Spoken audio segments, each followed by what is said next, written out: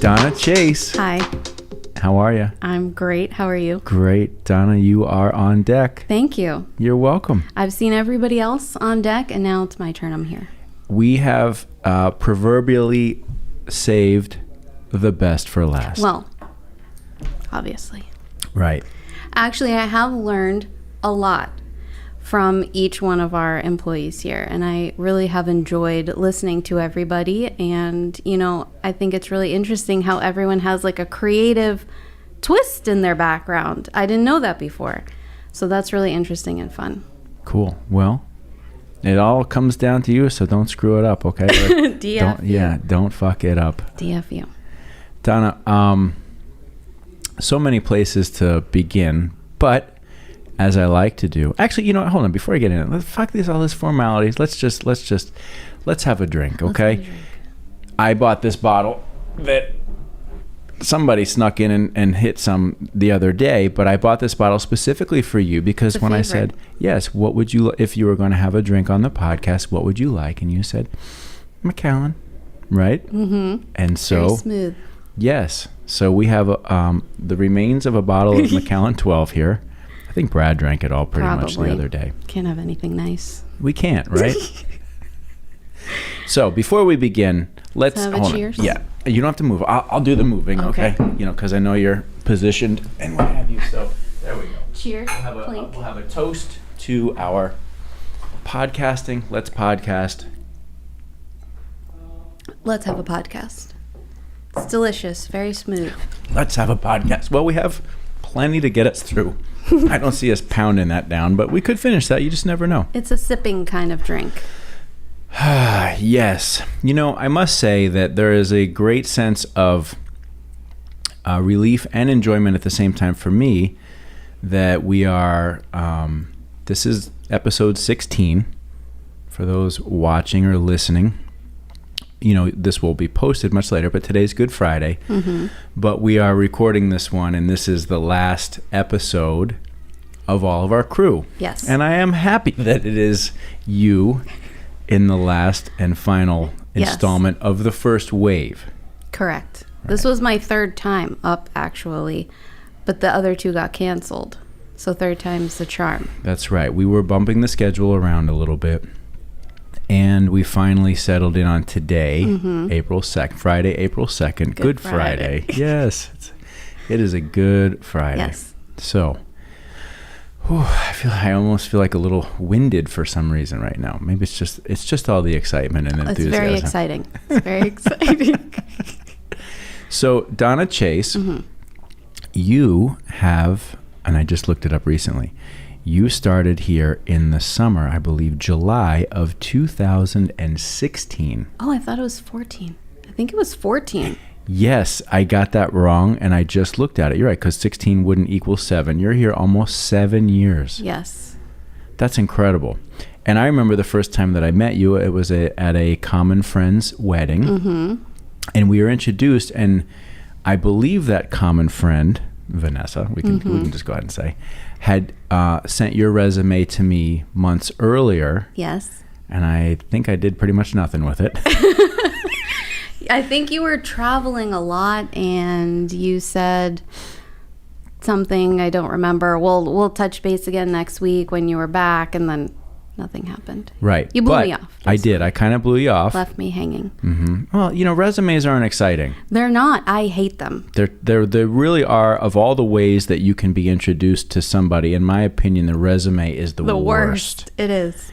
And I will say, though, that upon meeting you at the wedding, within 5 minutes, I was like, oh, yeah, we need to talk to this girl.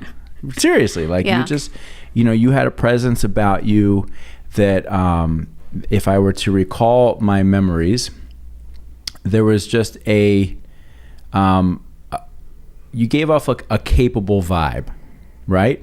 Gave off a very warm and friendly and cool, but at the same time, a capable vibe. There was something I was just like, oh yeah, and I think this girl can do some shit. Yeah. And so then we started talking, and you were hired within probably a month or so. I don't know. I don't remember the specifics. I'll get that wrong, I'm sure. I enjoyed our interview process because it was... I don't remember it. Let me tell you about our interview process and how it went down. I came to the office because I had a job at the time. So I came here like after 5 and you and I literally just like shoot the shit for like 2.5 hours.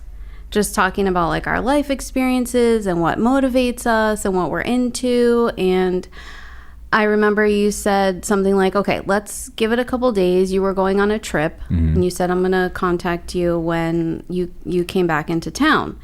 So then, a few days later, you reached out again, invited me to come back again. So again, I came after hours again, and it was like another 2.5 hours. We were just, shooting the shit, talking about stuff, what our dreams were, what we had done in the past. And then you kind of told me again, like, okay, let's think about it, because we wanted to make sure it was a good match, because at the time I had a good, stable job. Yes. And being a single mother, wanted to make sure it was definitely going to be a good fit for both of us. And then, that's the history books, and here I am. Well, yes, fast forward almost 7 years, and during the course of that time, you have, I think that you've worked in more positions in this agency than anybody else who is here, without a doubt. I mean, you're one of our longest and most tenured crew members, employees, however we want to call it in the context of this conversation. But you started off as a media coordinator, traffic and co-op, and then you were in charge of co-op, and then we moved you into client services, and you worked your way all the way up through client services, and then you moved more in the creative direction, and now after nearly 7 years, you are our director of creative services. Yes. So congratulations on that. That's been a very nice pathway for you, and it's been nice to see you move through all of these opportunities. It's so rewarding to know that like all of the little pieces that happen here. I mean, I haven't been in every position, but a lot of them, and it really gives me a good foundation to be able to handle the position that I have now, because I know all of the little intricacies that go to every different position and what's important in that position and how that leads, from an AE's point, how we can better help the traffic coordinator, and when we're writing spots, how can that help co-op 2 months from now. Right. So it really enables me to make really good decisions and to be able to handle workflow. So I really appreciate all of the different positions. And actually, you guys were the ones that kind of noticed, like, she's kind of creative. She has a little bit of a knack for, writing and coming up with different things. So you guys kind of pointed that out to me, and then led me in more of a creative direction. Well, I remember going back to the very beginning, you had, and I won't get them correct, but there was one creative concept I remember you talking about that, for lack of better terminology, it had a very warm family, like Publix kind of feel to it. There was 2 of them, and I don't remember what they were, but I remember when you presented these concepts to me, and it was a long time ago. It was like you were here not that long. And I thought, well, shit, that's like as good as anything that anybody here has ever presented to me. And she just started here recently from a job in the education field, if I remember correctly, right? Yeah. So you just had a knack for it. So I guess that would be the time for me to ask you, because you mentioned when you listened to the other conversations, and I was really pleased to hear this too, that the common thread with everybody is some sort of creative desire or creative spark that happened in their younger life. But I've never asked you if you had the same thing. So did you? I don't think so. I really don't. There was a teacher in high school. I was not a great student. Yeah, I mean, I went and everything, but I just... to school. I was the type of kid that, like, if I was doing the homework for second period in first period, and then, like, while I was in second period, if there was a test, I was the one like, hey, what'd you get for number 3? Like, I don't know. I just didn't really try for some reason. Should we put a list of paper and, like, of all the things that were yes. I'm same way. Yeah. So in high school, I had a creative writing teacher, Miss Nardiello. She's now Tolchinsky. And I don't know, she just kind of like saw something in me also. And that one class I had an A in all the time. I was always like, and I looked forward to doing the homework, which I obviously didn't realize until a very long time later. Mm-hmm. But yeah, so I guess that it has always been there. I just didn't know it. And it's funny, recently, because we're friends on Instagram, I sent her a little message and I was like, I just want to let you know that, way back then you kind of saw something in me, and, she kind of nurtured me a bit. And I was like, and now I'm kind of like in creative writing, if you think about it. And she was like, oh my gosh, I'm so happy to hear that. And so I guess it was there, but I did not realize it until way later. So it's not like you liked to draw or you were a photographer or any of that stuff. Like you had a creative writing class that you really enjoyed, but it never really... Yeah. I mean, I doodled a lot. Well, okay. But yeah. I wasn't like in special art classes, and I wasn't doing all that stuff, no. I was in cheerleading, which is not creative. Well, I wouldn't totally say that. Not in this realm. No? Not with what you were doing? No. Okay. But the skill set that you developed at a young age has, your career path has come full circle to come back to that, because yes, a large part of what you do here at the agency is creative writing, helping with the scripting, guiding the concepts. Mm-hmm. You do a lot more than that, from managing talent, managing workflow, overseeing the creative output of the agency, working with clients, which you've done for years, and always. I mean, I can't think of a single client that I've ever spoken to that worked with you that didn't say the exact same thing. Oh, we love Donna. She's great. We love Donna. She's great. Yeah. What is that? What? I don't know. I connect with people, I think. And I also think that I have one of the funner positions here, like I get funner. That's from my creative writing class. Did you get that out of the dictionary? Yes. Like the clients come to us, and sometimes they have a little piece of an idea that they want to do. Sometimes they have a big idea that they want to do, and it's just really exciting for me to like get their feedback and connect with them, so I can kind of really like get their vibe and then make it come to life. And then when I present it to them and they're like, oh my God, that's perfect. Like, it's kind of like a high for me. I really enjoy it. And some of our clients, they give me like a pause. Like, I did all this work, and then I present this concept that I think I nailed it. Like this is it. This is what they want. Right. And then I'm like, and silence. We love it. Like, that is the worst pause ever. Like, way to make me freak out. Okay, great. Right. We love it. But yeah, I love that part of the job. I love all of that stuff. Coming up with the idea, brainstorming, doing random research to try to spark that bit of inspiration. And then when I finally get it, I'm like, I gotta write this down. Nobody talk to me, or I gotta write it.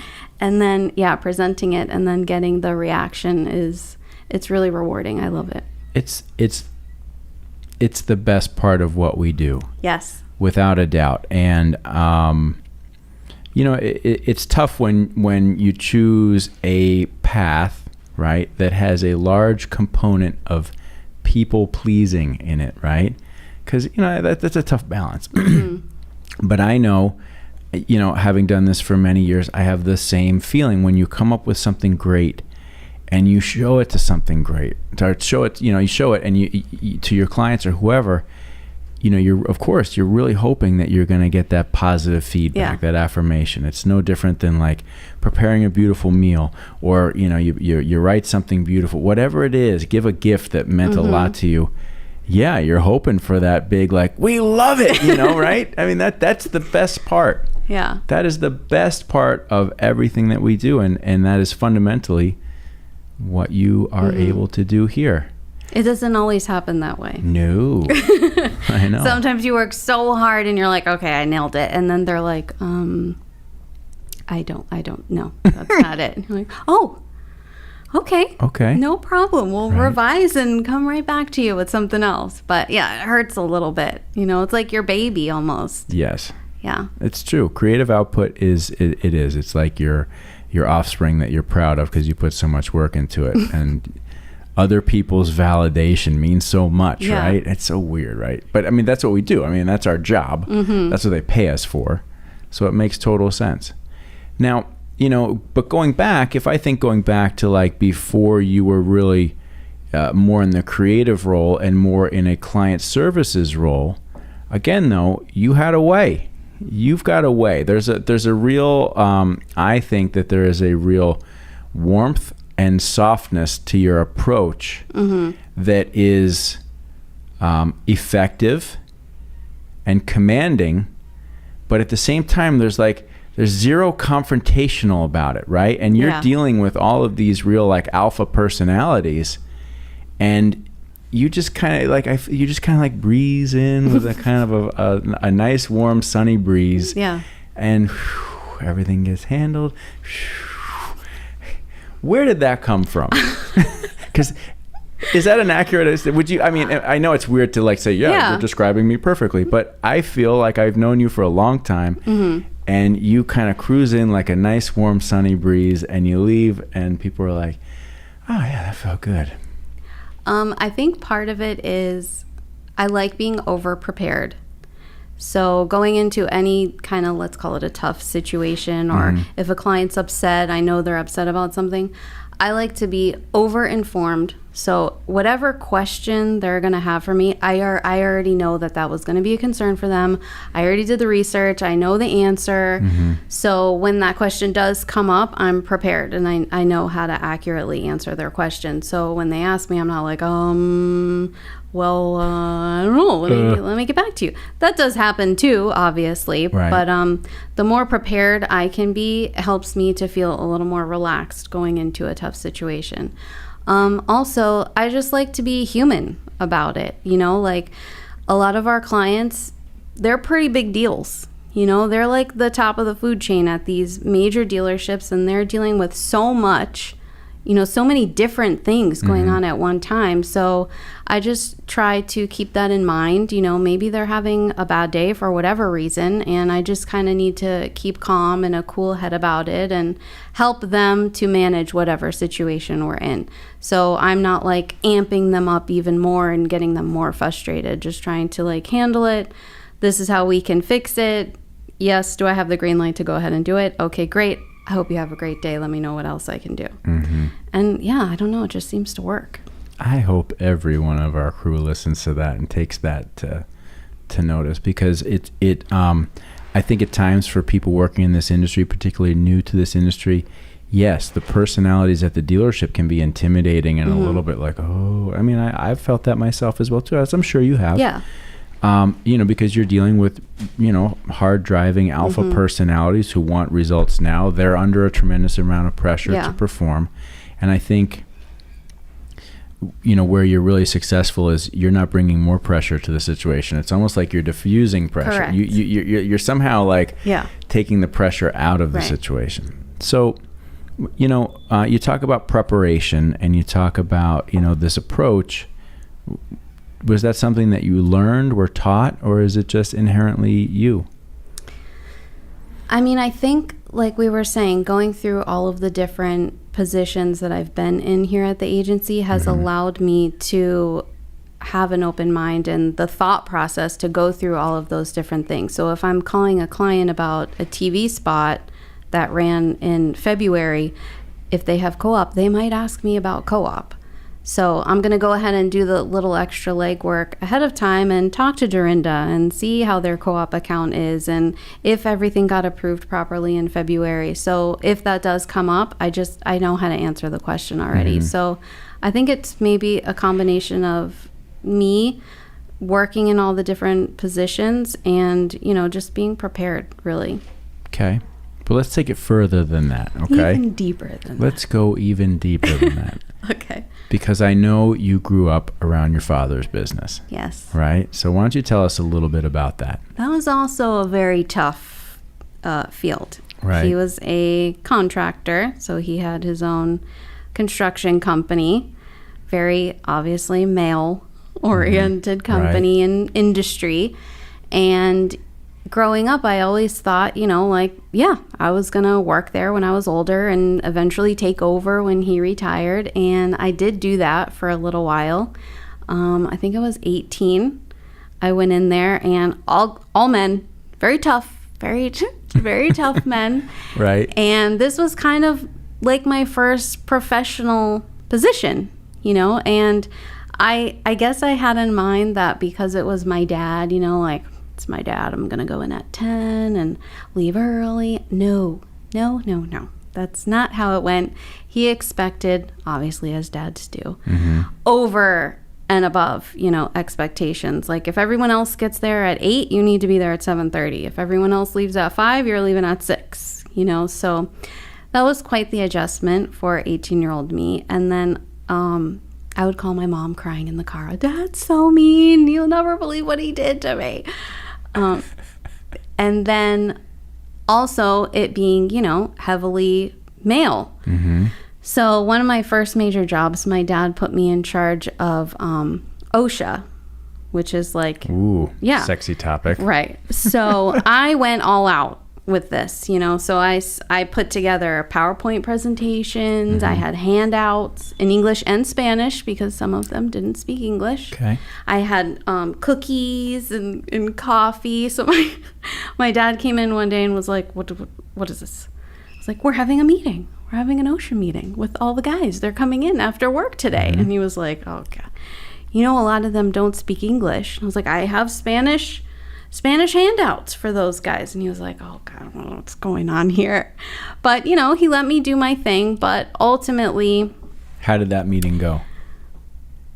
Do you remember? The problem was, he had these business partners my whole life. So even though I was 18, 19, 20, they saw me as, the 10-year-old. Right. Little Donna. That's what they called me. So they came in and it was more like oh, look how cute. Look what she did there. Oh, she has cookies for us. And I felt like I wasn't really being taken seriously. And I tried hard, right, to be a professional, and I didn't like it. Yeah, how did it feel? I mean, it wasn't me. And I wanted it to be me, because like I said, my whole life, that's where I thought I was going. And it didn't feel right.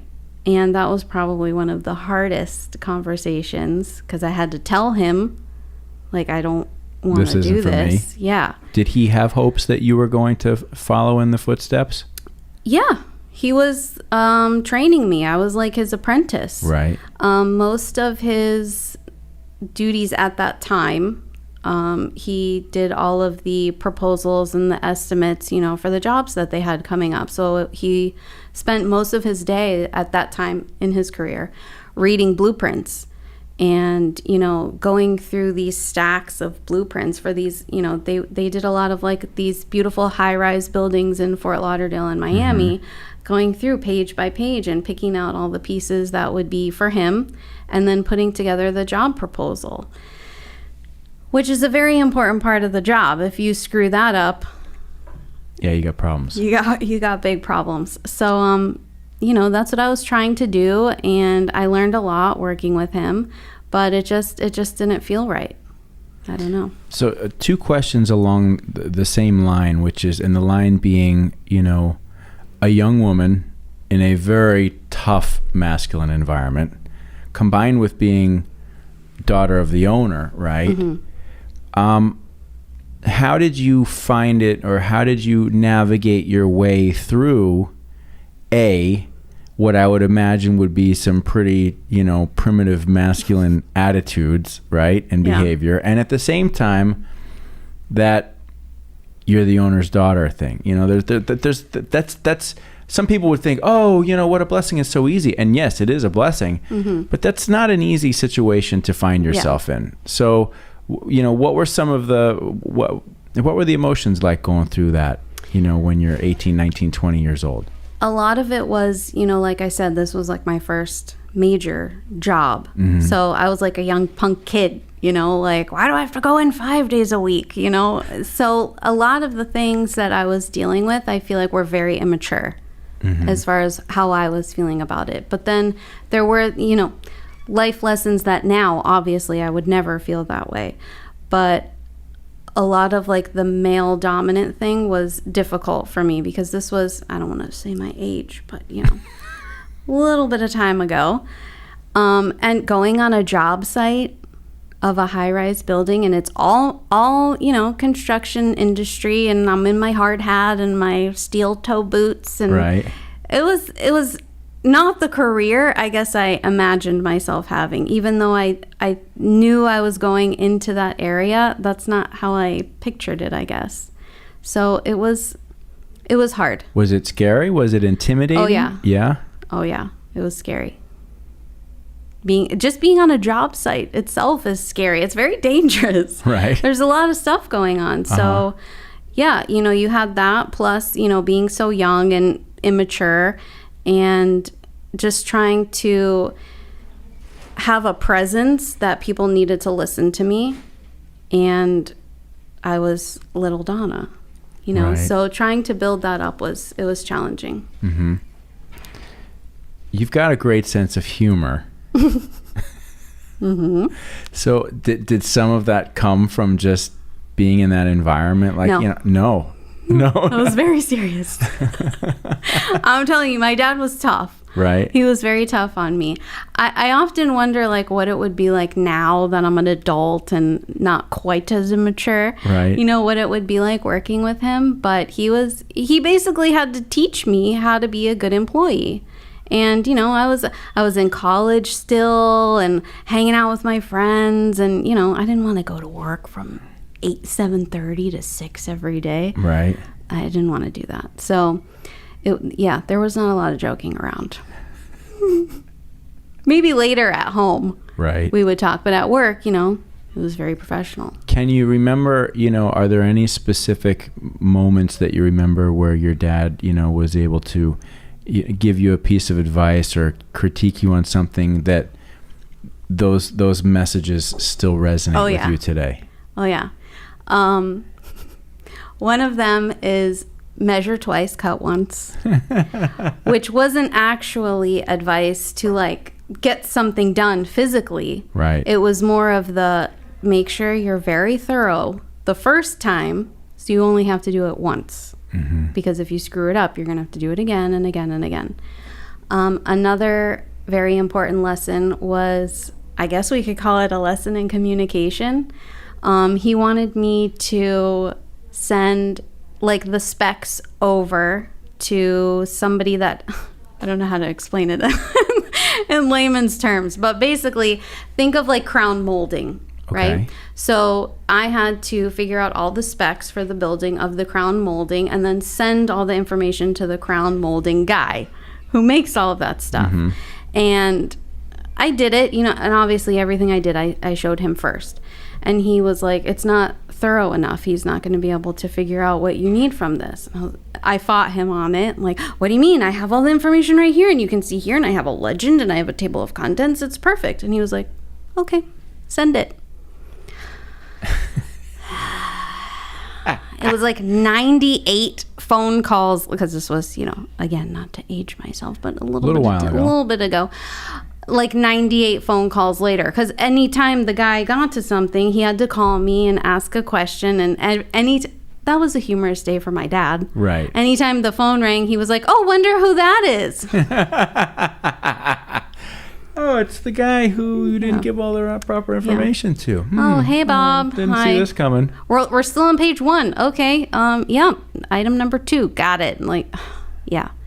So that was a big lesson about communication and, you know, making sure just because you maybe understand what you're saying doesn't necessarily mean it's easy for other people to look at it and understand. So I think I do that here a lot. We have so many clients, you know, and a lot of times maybe I want to run in your office and say, you know that script? What script? We got 80 scripts going on. So right. I like to always start with like, okay, Suburban, remember for March, right. And we're doing this, and we're on script number 3. And like that way it kind of gives you a reference point like, okay, what are we talking about? Go. Yeah. Well, I mean, that type of, you know, there's intuitive communication, which happens a little bit more when you're in a free flowing conversation. But then, you know, you can't just come kind of bursting in out of nowhere and be like, oh my God, that's thing, you know what I'm talking about? And you're like, no idea what you're talking about. Could you please just back it up to the beginning a little bit, right? So Dad taught you a lot of meaningful lessons during this period of time. Did you ever get the sense during that time that he was proud and saw you developing, or was he like, you know, like driving you real hard and you didn't feel it at the time? No, because I'm sure he is now, right? Yeah, he let me know when I would have a win, you know, because a lot of times what he was having me do was kind of bid on jobs that he bid 3 years ago, you know, so he already was intimately aware of every little detail from whatever job that was. So he would have me work on it like from scratch. He wouldn't give me any information and just let me kind of go through the blueprints and put it together on my own. And this is not something that takes you a day. This is like weeks of time it takes you, and then going back through again and going back through it again, because again, if you miss one room of a very large building, it's quite an expense. So then when I was done, you know, I would present it to him and we would sit down together, and most of the time I missed something, but you know, he would let me know when I did a good job. Yeah, he was good about that. I think it's great. What an opportunity for you. And it obviously has and does pay dividends. As I adjust my microphone here, three fingers. Yeah, three fingers. And continues to pay dividends for you in this role, in this career path for you. You know, that you know, again, that young woman working in a very, you know, tough masculine environment and not getting cut a lot of slack, right? Like your dad didn't cut slack for you. Like he was like, no, you're going to go above and beyond. You're going to work harder, which you got to look back now and be like, oh, thank God he did that, right? Like that's awesome. Like that's the right thing to do. Yeah. You know, parents who let their kids come into the business and let them just, you know, screw up and, you know, it's horrible. It's like, what's going on here, right? Like you have such an opportunity to teach your child and for your child to learn, and you did. Yeah. And I can't imagine, we live in a world where we're still trying to balance out gender roles and let's call it gender equality or inequality in the workplace, and you know, how do women succeed more? And I think that this experience for you gave you a real leg up because for sure you had to battle it out young, and that's awesome, you know. And here you are now, a couple years later, just like 3 years later, and succeeding as a result of that foundational. And I've met your dad, and he's a great guy, and I know he's very proud and supportive of you. And those lessons are huge. What was family life like for you guys growing up? You know, your dad's running a business, you know. When I was pretty young, so he was just starting the business. So during the day, he was like out on the job site working in the heat, you know, all day long. And then I remember my mom would kind of like get us ready, like Dad's coming home, which was like dinner time, you know. So then he would come home and we had dinner together every night and, you know, talked about our day and all that good stuff, and then clean up dinner, you know, kind of have like a little bit of TV time, family time, and then he would be at the table all night till I went to bed. I don't know how long he was up, but reading the blueprints and putting the proposals together and all that stuff. So it was pretty around the clock for him in the very beginning. And then, you know, as their company grew and they got bigger, he was able to go out to the job site less and less. And then he was able to spend more and more time in the office. So it wasn't as, you know, he wasn't being killed in the heat all day long and then having to come home and like run the behind the scenes business part of it. So and then when I worked there, he was already, he didn't really go out to job sites anymore at that time. He would have to go like to check on things, but he wasn't doing like the manual labor outside on construction sites anymore. Right. And okay, just forgive me because I'm going to stumble through some of this, but it was you and your sister, right? You have a sister, right? So it's the two of you. Yeah. Two girls. around the dinner table, like what's the talk at the dinner table? Like this is very, 'cause this is very classic, like American family stuff, where it's like dad comes home, mom's like, hurry up, dad's coming home. He's here. Get ready, get your shit together, right? Everybody be cool. Yeah, be cool. Dad's home, right? Yeah. So my sister is 7 years older than me, and she's kind of like the rebel. Right. So she was probably getting in trouble for something stupid, and I was probably getting in trouble for bad grades. But your poor father. Yeah. But we were typical girls too. Like I remember I was constantly like cheerleading at the table, like going through my routines, like 1, 2, 3, 4, 5. And he'd be like, okay, enough. We're at the table. I'm like, okay. And then in my head, I'd be like, so, just typical girl stuff. My sister and I would fight all the time. Not physically, which a lot of siblings do. We never really did that, but just like bickering, normal stuff, nothing crazy. But a real strong family, like a core family unit, like mom, dad, two of you sisters together at dinner every night, every single night. I mean, that's a foundation that almost anybody would say it's a recipe for success. Yeah. Right? Yeah. It's important to bring everybody together.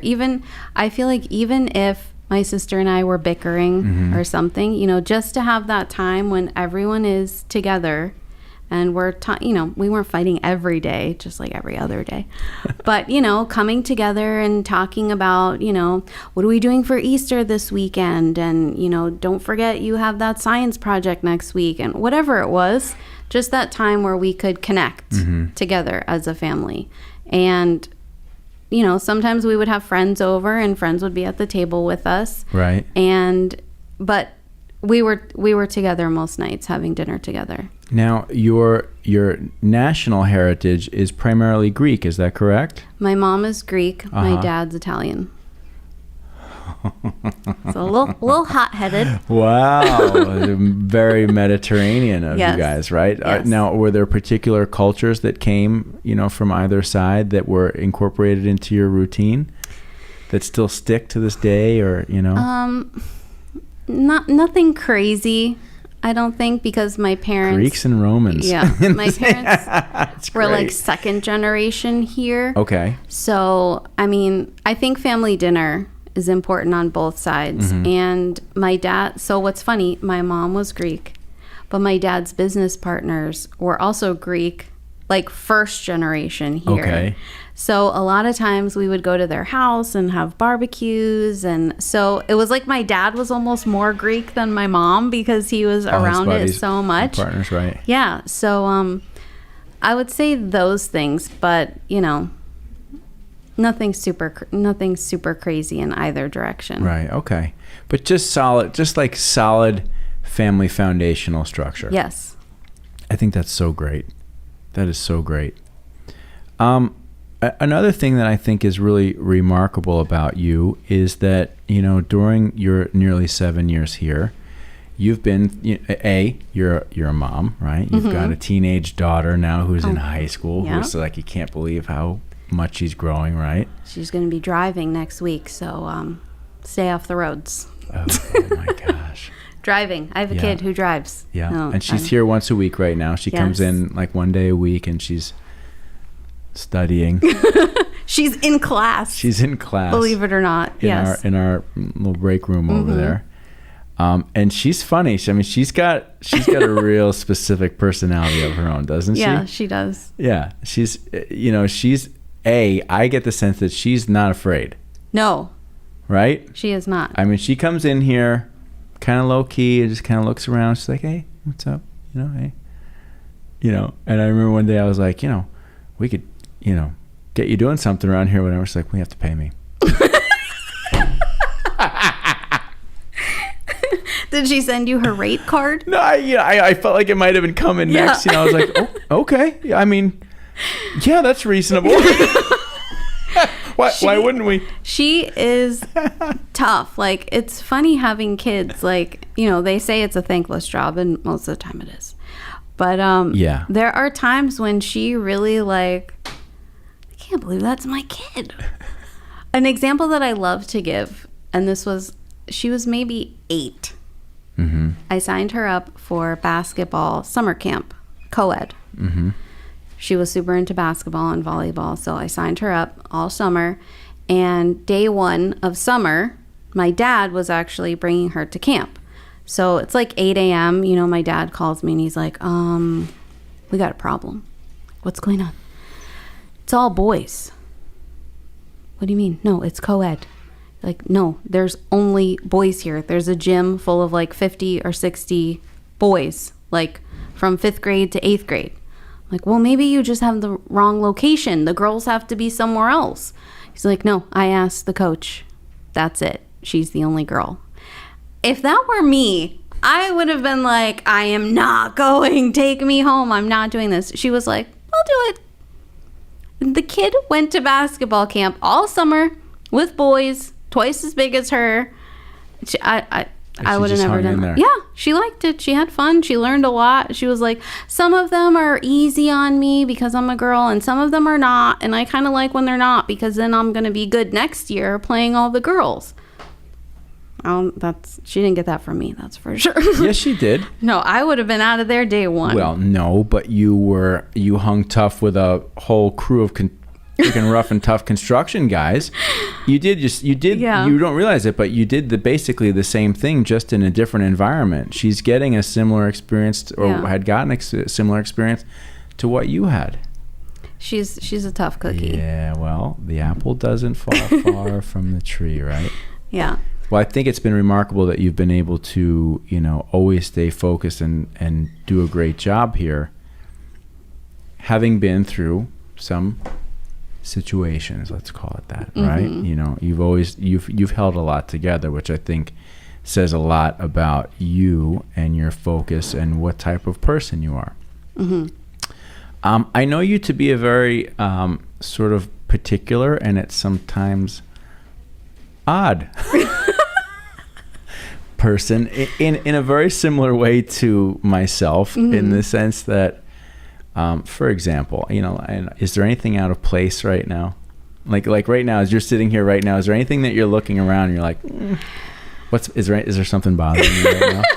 What if you were to look at this table right now, is there anything that's bothering you? The thing is, Greg stacked these photos up, which everyone can't see. He stacked them right there. It's in a very neat pile, but that's not how I've been stacking them up. You've been placing them vertically. Correct. On end. Yeah. Not that there's a difference, but it's, keeps catching my eye. I wouldn't have done it like that. Which means it's wrong. Basically, what I'm getting at is he did it wrong.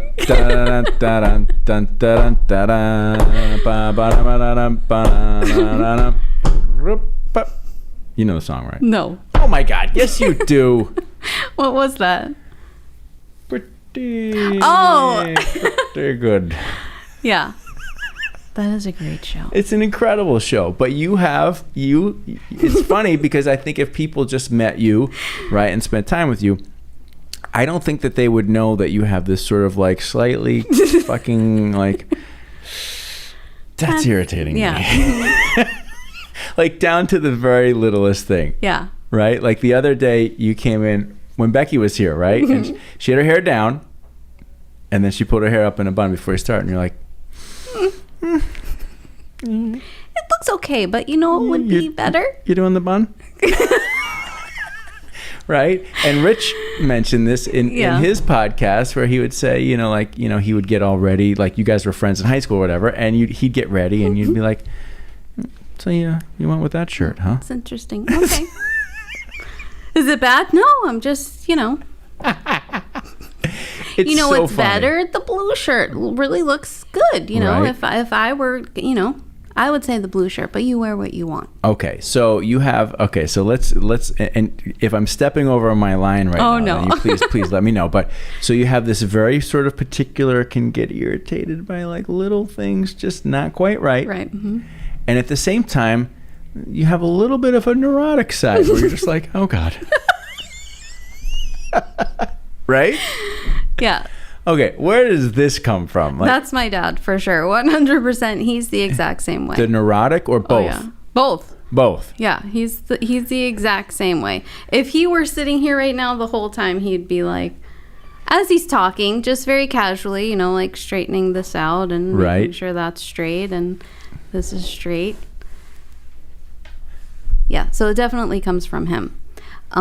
Ari likes this one example when I'm yelling at her. Right. I'll walk in her room and her room is always clean. Always. And there will be like a scrunchie or something, you know, like on the edge of her TV stand. I'm like, what is this? Your room is trashed. What's going on in here? And she's like, it's a scrunchie. Relax. Right. She's like, everything else is fine. And I'm like, it doesn't go there. Okay, so, but what is it about weirdos like us that you can't, like, you know, all right, so I immediately thought of my mom. My mom recently, like in like the last 5-10 years, she just like routinely will say like, I just can't function in this chaos. Like, there's no chaos going on, right? Maybe there's like a couple extra people around, or like, you know, there's a few things happening. Yeah. It's clearly not chaos, but I totally relate to it. And I know that you do too. It's like, what is it with us that's just like I can't begin working on anything if shit's unorganized and not right. Mm-mm. I have to clean the kitchen before I cook. Like, I can't have like dishes in the sink. Oh God. What is this? What kind of filth is that? Right. I got to clean everything first, and now I can mess it up. Right. Same with work. Like, my desk has to be clean. I can't have all kinds of random things going on. Mm-mm. I'm just going to be like, where does that go? I don't know. It has to be in order. I feel like right now our conference room it's been a year. For a year, our boardroom, this used to be the conference room, technically, according to the terminology of in our office, but the boardroom, keeping you up at night. It's not keeping me up at night, but I just like, it's like I've had never ending projects going on over the last year as we went into COVID and everybody went home. And then I was like, well, what the fuck am I going to do with all this space? And, you know, we worked on this project and all that stuff. And, we got piles of new sweatshirts and bags and hats and all this stuff that needs, I'm like, this April, just so you know, shit's got to go. Okay. That room needs, by the time we go into May, this place has to be like, we got to be done with these projects, because I've been a year at it. And I'm like, okay, Chris, like, what's going on with you that you're letting this go? The sweatshirts also aren't, you know, piled neatly. No. It's all just like a big pile that kind of bothers me. I know. Yeah. What are we going to do? It's being weird. Mm-hmm. It's what we have to deal with. Do you find, though, that like meticulousness, I mean, I couldn't be any other way. I wouldn't want to be any other way, right? Like, so how is it a plus? How's it a plus? Because, you know, there's certain people that just don't give a shit and look at people like us and they're like, what? Okay, Mr. Uptight, you know, right? Yeah. Well, okay, another funny lesson in life learned. Not my dad, because he's the same way. At the job that I had before working here, I worked at the Nova Medical School. So a lot of my bosses at the time were professors, but they were like retired doctors. And this one was actually a doctor and a lawyer. And his desk was just piles of like random papers, and his office was just piles of random papers. And every time I had to go in there, I was like, looking around like, that could be in a file and that could be alphabetized. Why doesn't he do that? So one summer, he went on vacation for like 3 weeks. And I was like, when Dr. Thomas comes back, he's going to worship me because I'm organizing his office while he's gone. I worked so hard in that office for those 3 weeks. And again, kind of like the script or spot presentation, like, this is it. He's going to love it. Oh my God. He did not love it. I was like looking forward to this day, him coming back to work, you know, and he came in and he had to kind of pass my office and go around the corner to get to his. And the whole day, you know, I was like waiting, like, oh, where is he? He should be here right now. When's all my where is he? Thanks and gratitude coming? Yeah. So So he comes in, rounds the corner, and now I'm like waiting for my phone to ring, you know. He didn't call. He came around the corner, was like, he wants to tell me in person. So I go, and we go, and we're in his office. He closes the door. I'm like, okay, that's not what I thought. I'm like, huh?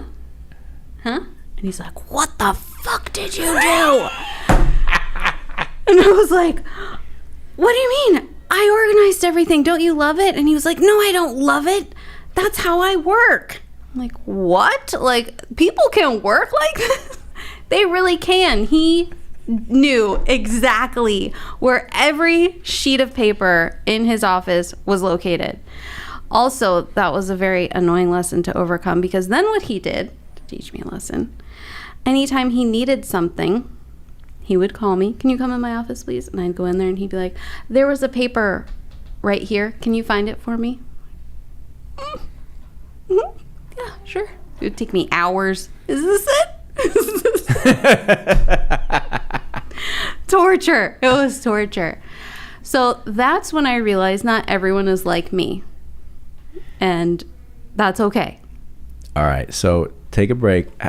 You've not stopped to have some of your cheers adult beverage. Oh, cheers. Mm-hmm. I'm going to share a very similar story with you that I think you will find equally as funny. I'm getting such a tickle out of this because the whole time I'm seeing you doing this and I'm remembering myself doing the same thing. So I hope you were punished as much as I was. Well, you can determine. I'll tell you the story. So as you know, almost 15 years ago, my dad and I partnered up and we bought Trout Advertising. Mm-hmm. Trout Advertising. T-R-A-U-T. Charlie Trout was the owner. And Charlie was an old school New York guy who, through hard work, grit, and determination, ran a retail automotive advertising agency here in Fort Lauderdale for 25 years. And, I'd met him over the years, and, we began discussions about, us possibly buying the agency, which, that's another story. But the point is that he was in, and I've explained this to a lot of you, you go down Andrews over on, not Oakland Park, but Prospect, one-story brick building. You walked in the front door. It was extremely dark. Like it took you like a minute to just even adjust. And it was like charcoal gray, carpet and pastel walls, the clear glass bricks. Like, they designed this place like heart of Miami Vice. And he had the office in the back corner, and he was old school. He had everything printed, everything. So every newspaper ad that they had ever done, which was the bulk of what they were doing, not the bulk, but a large part, stacked up all over his office. And, monthly budgets were always like, if it was the beginning of the month, the budgets were all thumbtacked here on the wall, then they moved to here, then they moved to here. So the wall looked like a World War II like relic, had been shot.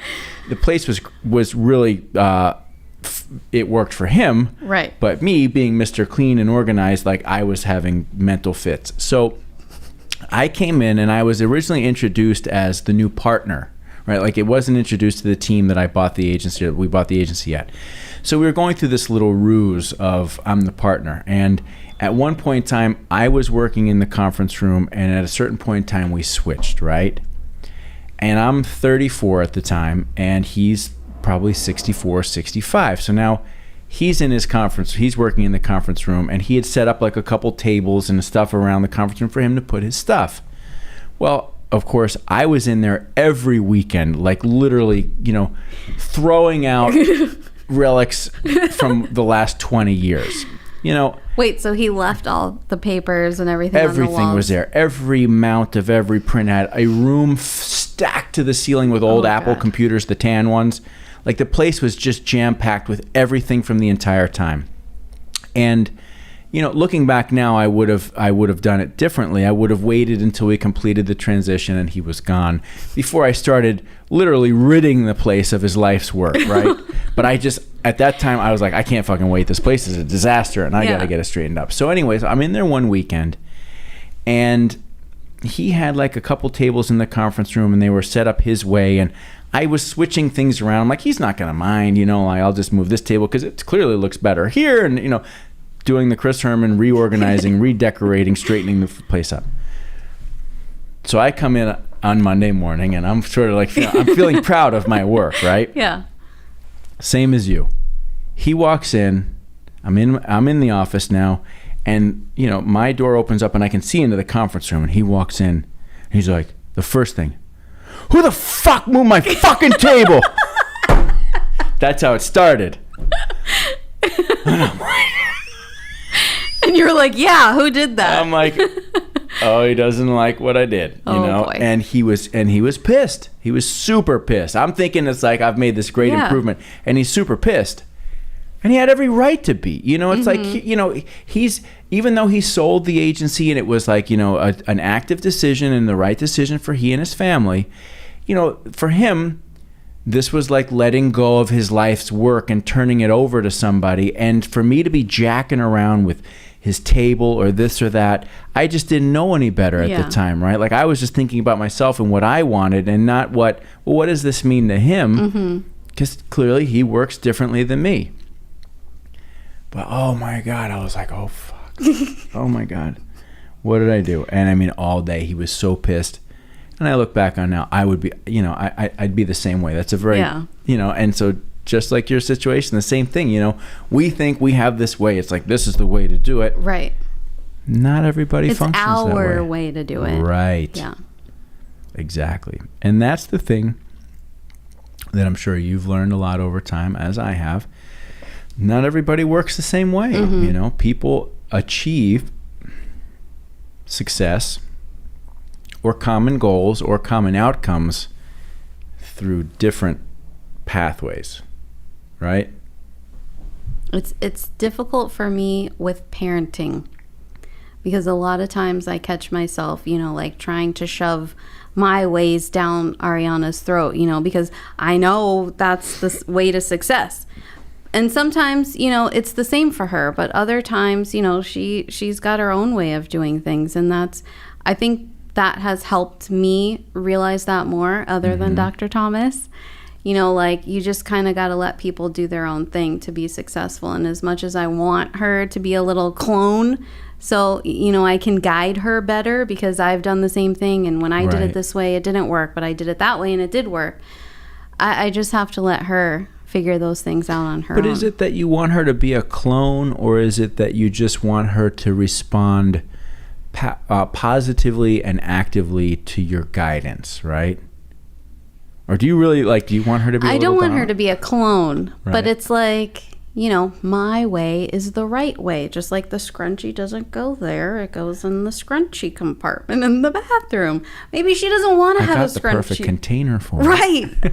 But maybe she wants her scrunchies on the doorknob. Right. That would drive me nuts. But maybe, that's what she likes. So it's just kind of knowing my way isn't always the right way for her. Maybe it is for me, but maybe things will work differently for her. Okay, so let's flip this, okay, and let's cast each other in a negative light, right? What is this sort of obsessive perfectionism control indicate about our personalities?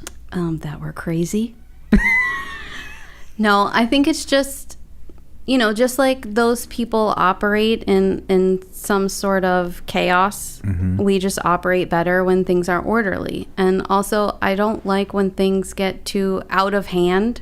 Like, let's say cleaning the house, for example. If I walk, not that this would ever happen, because I would be too neurotic to let it get that way. But let's just say I walked into the house and it's like a complete disaster. Like, I almost feel like overstimulated and I don't know where to start. Where if it's just maybe one cup was left out or little things here and there, I can quickly, swarm around the house and clean up really quickly, and then everything's like orderly again. It's not like I don't know where to start. Right. I find for me, I define it as beauty.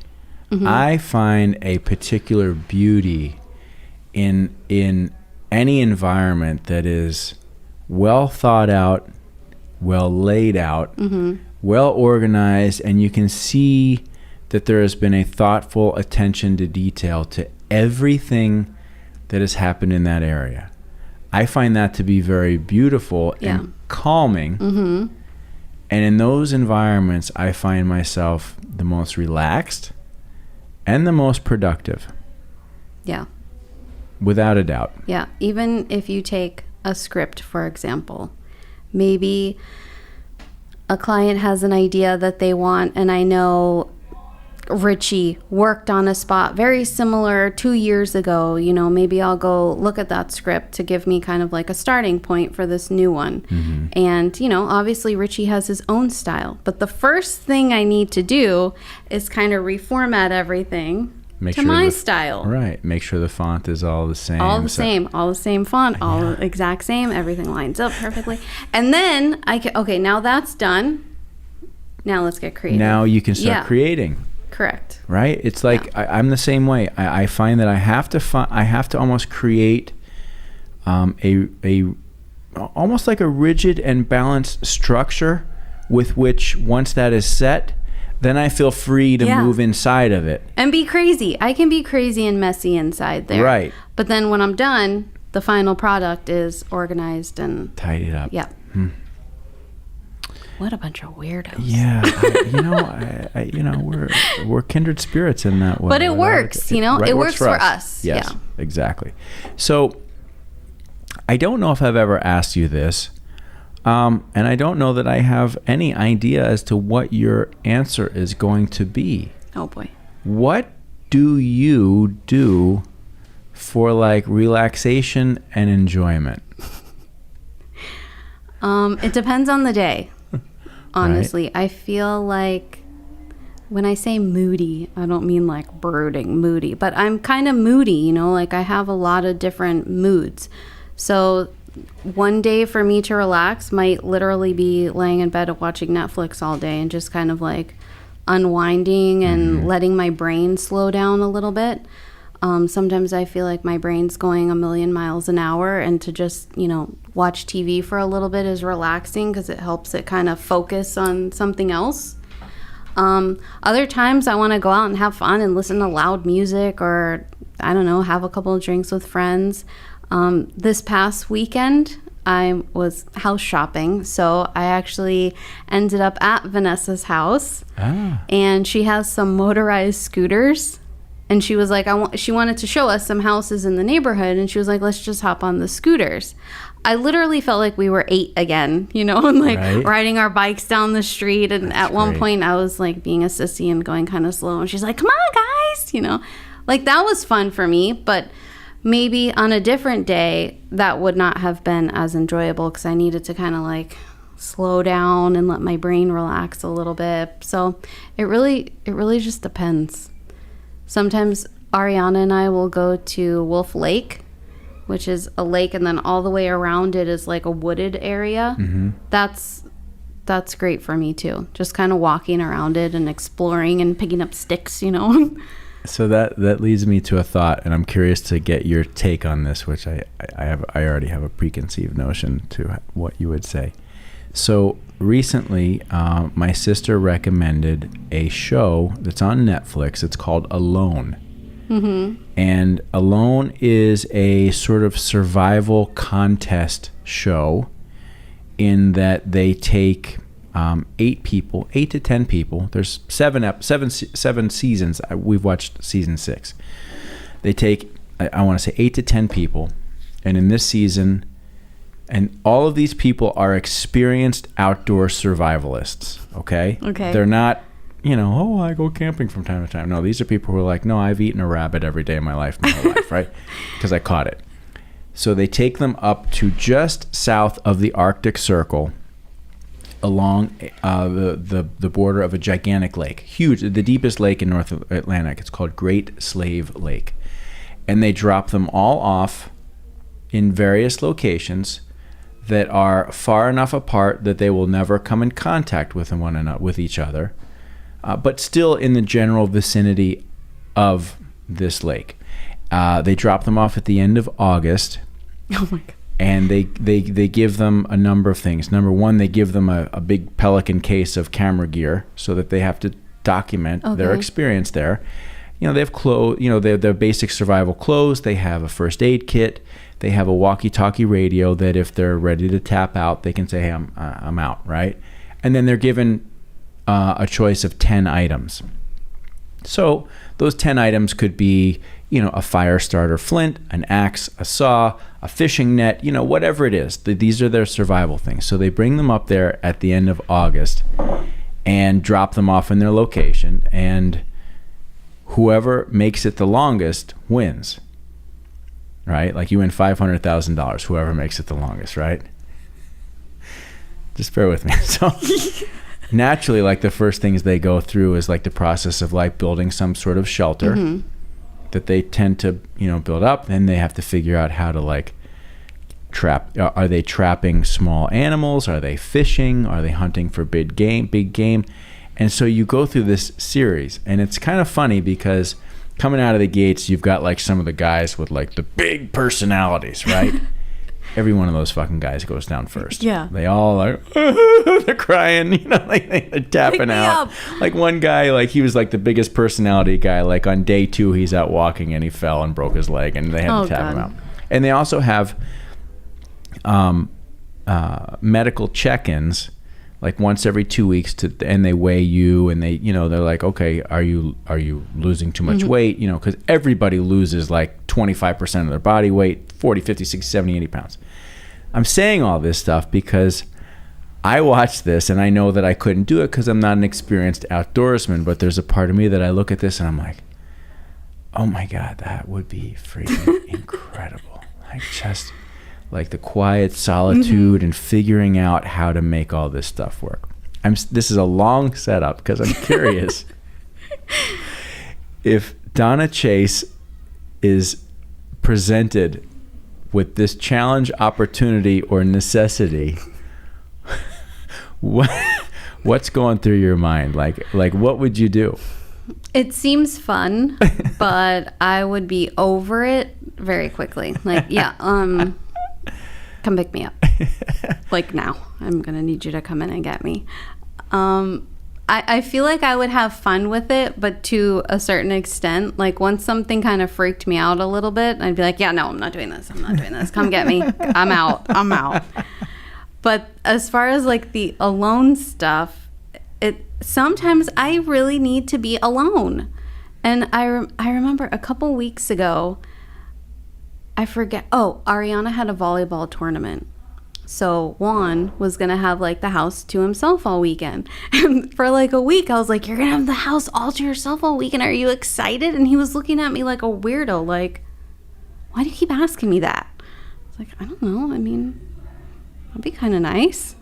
And, I kept asking him like, okay, are you excited? You're going to have the house all to yourself? And he's like, why would I look forward to that? No, I'm not excited. In my head, I was like, man, that'd be nice to just not have to talk and unwind. Right. Watch TV. I don't know. My wife's the same way, but she and I are more on the same plane on that. For example, like when I leave for business trips, I know every time there's a part of her that's just like, oh, you're so fucking lucky, like now in her mind, it's getting away, it's seeing a new place, it's having time to myself, which it is all of those, but business trips for me are also, it's that combined with a higher level of stress because there's sort of, there is this without a doubt, you've got to perform, I got to have stuff ready, presentations have to be made, you're on. You have flights and you got to check into the hotel and coordinating. That comes secondhand to me, but it's a performance. When you are on a business trip, from the minute you get there until the minute you are done with your clients, it's a performance. And that performance could be meetings throughout the day, it could be dinners at night, it could be early mornings, late nights, it could be any number of those things, and you have to be on all the time. And so while yes, I totally enjoy the getaway, it's always balanced out with like this feeling of like, no, this is work, right? Yeah. But I get it, and so what you're saying is it rings home true. It's just like each one of us and you, it's like that quiet time where that's really fundamentally important to me in terms of being able to do everything that we do here or in life. Without that quiet, refreshing time, it's like a reset. You're dealing with a lot of high tension sometimes at work, and you have to be able to answer questions, and find solutions and be creative and write a script. Sometimes a client calls in the morning and they want something super creative in the afternoon. It's like, okay, let me see what I can do, So then you go home and then it's like in mom mode. What's for dinner? Don't forget I have this project. Oh, did I tell you? Of course, it's always last minute, I have to bring in 600 Publix bags to school tomorrow. Sometimes I just can't, I want to not talk. I want to not have to answer questions. What's for dinner? I don't know. I don't know sometimes. Cereal? I think there's cereal in there. Maybe milk. You're lucky if there's cereal and milk. Yeah, have at it. Right. So having that alone time just kind of allows your brain to slow down and reset, and then it's like, okay, I'm ready to go again. So I'm gonna flip the script. You've been such an integral part of helping me create this, right?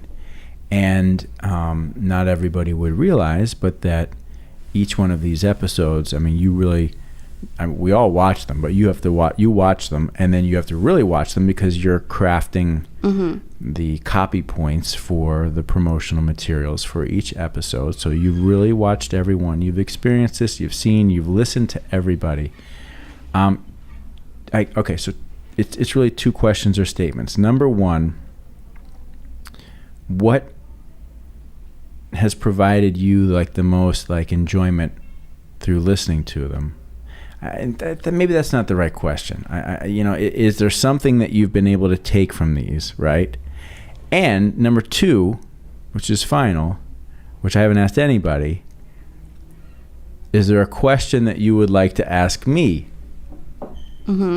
Okay, so number one, we're at work all day. And there are a lot of deadlines in this job and industry. So I feel like we do have a lot of time to kind of bond. We had our little pizza party today, and talk with each other, and we've had our parties and things. But for the most part, we're working, right. And the conversations that we have are about work stuff. So I really appreciate the fact that these podcasts have let us kind of get to know everyone here on a different level. We have learned about what they do here and how they even got here a lot of times, but also something a little special about them that we didn't know. And because I've watched everybody's, I don't know if everybody else feels the same way, but I feel bonded with everybody a little bit more. And I really do like that. I feel like every personality here is so unique. And I just appreciate the fact that I was able to get to know all of these people on a different level. Yeah, I feel, and just to chime in quickly, I feel the same way. It's been such a learning experience about everybody, and it's really, for lack of a better term, it's made me like everybody more, and it's made me feel more proud of who we are as an organization, knowing these additional and specific details about everybody's personality, their backgrounds, their drive. It's really it's made me feel very proud to be associated with all of you. And I want to work more. I don't know if this is the right terminology, but I feel more as a team. Yes. And okay, well, I know I need to help this person here because they are not as experienced there, or they feel like their work isn't as good in this area, so I need to pay attention to that and help them move that along. It definitely feels closer. I appreciate it. I do like it. Me too. My question for you, do you feel like as a kid there was something that always kind of made you feel like you were going to be in some kind of creative realm? Yes. Yeah. I don't know how exciting it is to share, but the first thing was Legos. Believe it or not, Legos were really important to me as a child because not only was it a toy that I could pass the time with, but I could literally close out the world and focus on coming up with an idea. I had all these pieces and parts, and I could think about, okay, well, what is it that I want to make? And then it was the process of assembling all of those pieces into something that I found satisfying. It could have been a house.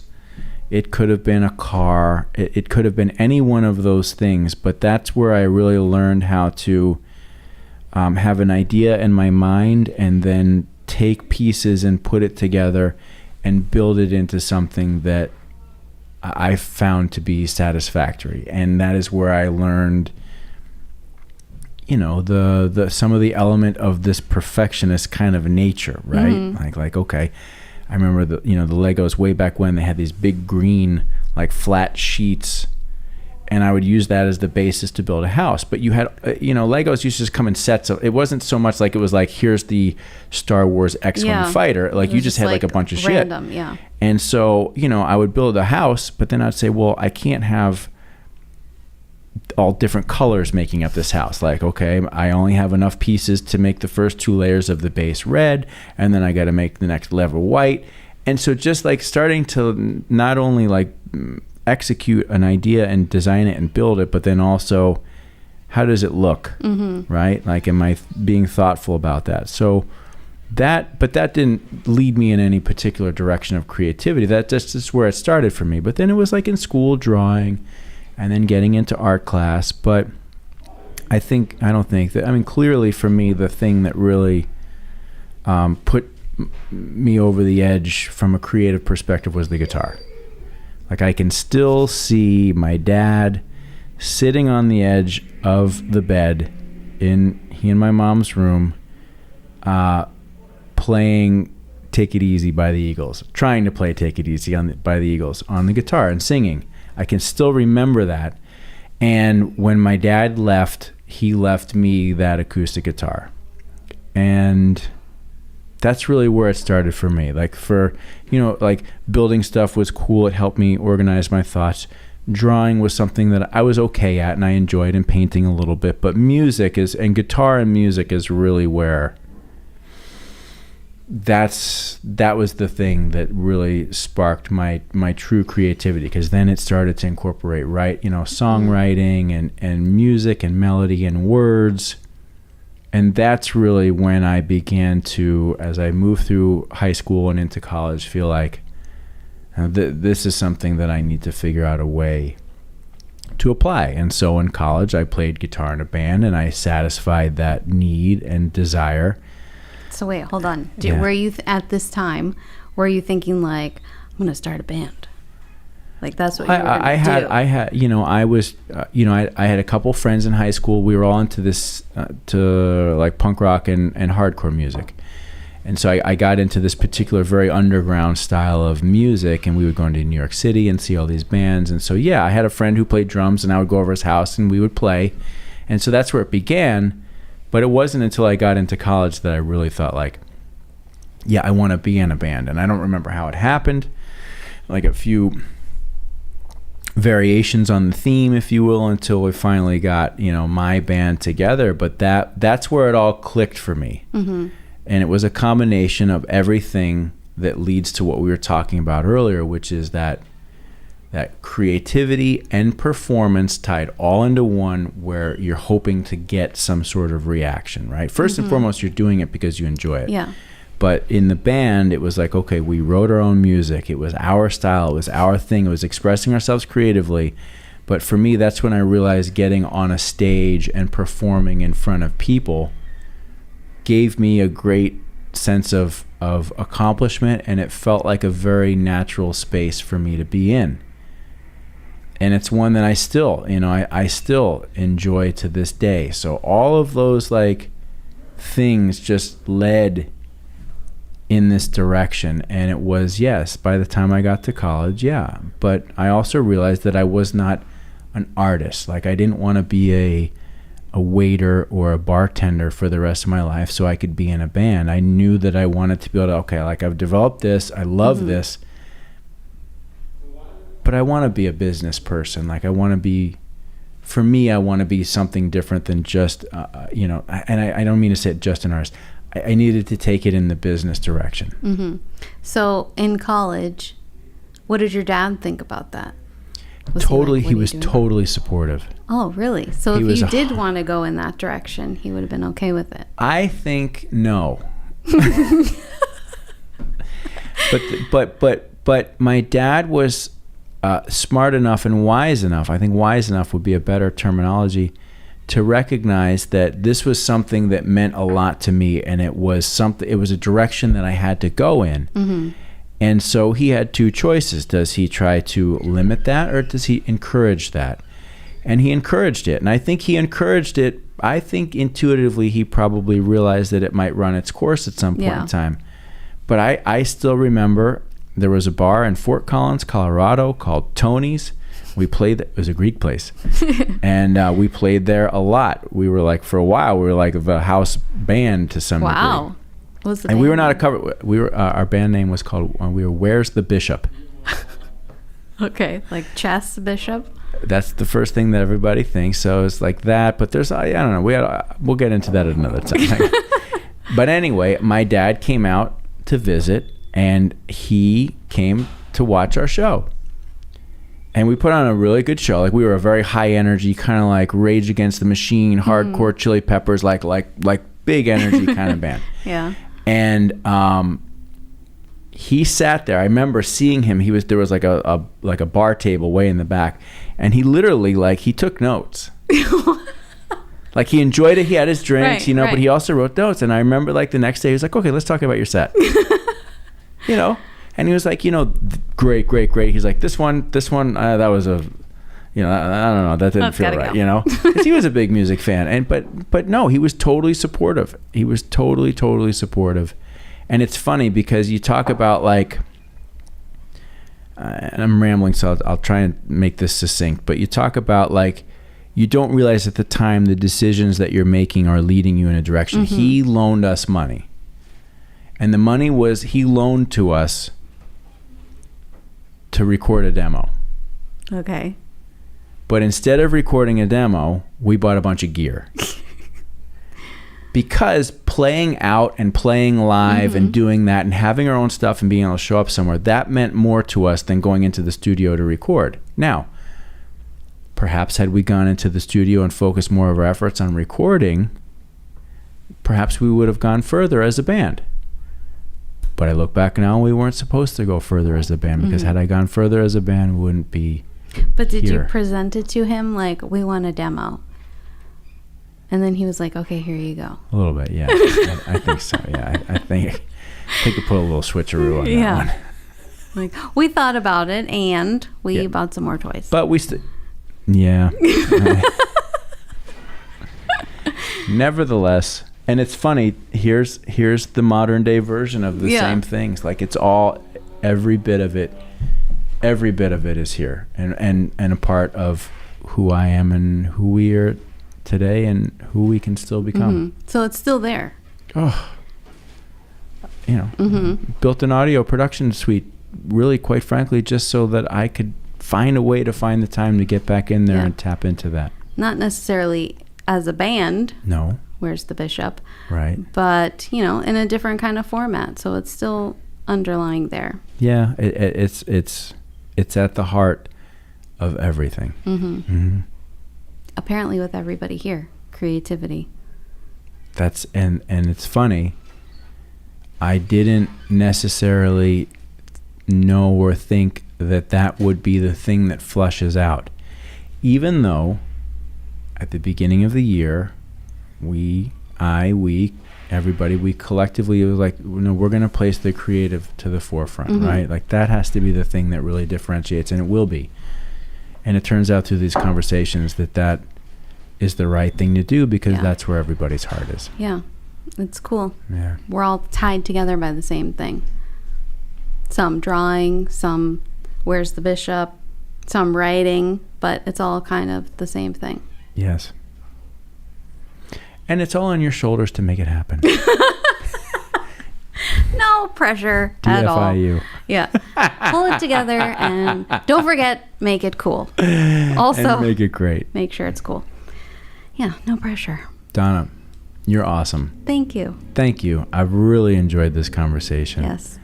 You did great. I know you have been in anxiety about this for like 3 months now. Behind the camera kind of person, but you're, it's okay. It's funny though. I find that everyone that I have ever met who says I'm a behind the camera kind of person, You put that person in front of the camera and they shine, and you are shining. Oh, because I'm shiny? No. It's in your eyes. I wrote a song about it, and I did a little dance routine. Can I show you? I'm kidding. I would never do that. But yeah, I definitely feel like I'm more behind the camera. I feel more comfortable, let's just say, behind the camera. Maybe it's the whole little, like, what is this? Like, I feel like I have an eye for that should be here, and this should be here, and then it comes together this way, and my element. Okay. Well, My element. I understand that, but I will say, great job. Thank you. You're doing a great job in front. Donna, make it thank easy. you. Thank It's been you. a pleasure. Yes. Cheers. Cheers. How come I'm so much further along Yeah, than you? I'm gonna work on that. We're going to wrap it up there. Cheers, Donna. Thank you. Episode Thank you. 16 Yes. in the books. In the books. There we go.